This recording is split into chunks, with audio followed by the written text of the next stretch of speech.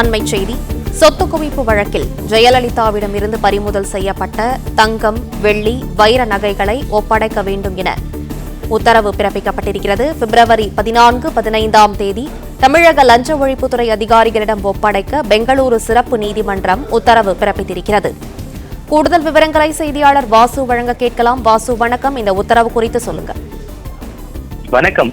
அதாவது ஜெயலலிதா, சசிகலா, சுதாகரன், இளவரசி ஆகியோரின் சொத்து குவிப்பு வழக்கை விசாரித்து வந்த பெங்களூரு சிறப்பு நீதிமன்றம் இன்று இந்த வழக்கில் பறிமுதல் செய்யப்பட்ட 27 கிலோ தங்கம், வெள்ளி, வைர நகைகளையும் 1562 ஏக்கர் நிலங்களில் பத்திரங்களையும் வரும் பிப்ரவரி 14 மற்றும் 15ஆம் தேதி தமிழக லஞ்ச ஒழிப்புத்துறை அதிகாரிகளிடம் ஒப்படைக்க நீதிபதி எச். மோகன் உத்தரவு பிறப்பித்துள்ளார்.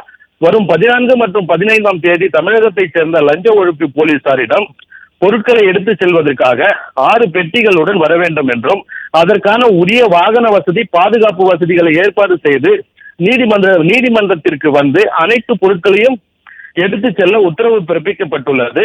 பாதுகாப்பிற்காக காவல்துறையினர் உடன் வர வேண்டும் என்றும், அது மட்டுமன்றி ஒட்டுமொத்த பொருட்களையும் எடுத்துச் செல்லும் போது அவற்றை மதிப்பீடு செய்ய மதிப்பீட்டாளர்கள் வர வேண்டும் என்றும், ஒட்டுமொத்த நடைமுறையையும் படம் பிடிக்க ஒளிப்பதிவாளர்கள் இருக்க வேண்டும் என்று உத்தரவு பிறப்பிக்கப்பட்டுள்ளது.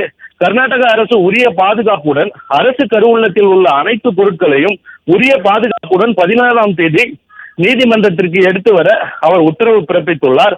1996ஆம் ஆண்டு தமிழக லஞ்ச ஒழிப்பு போலீசார் ஜெயலலிதா வீட்டை சோதனை செய்த போது இந்த பொருட்களை பறிமுதல் செய்யப்பட்ட நிலையில் 2004ஆம் ஆண்டு சொத்து குவிப்பு வழக்கு கர்நாடகா மாநிலத்திற்கு மாற்றப்பட்டு பறிமுதல் செய்யப்பட்ட அனைத்து பொருட்களையும் கருவூலத்தில் வைக்கப்பட்டுள்ளது.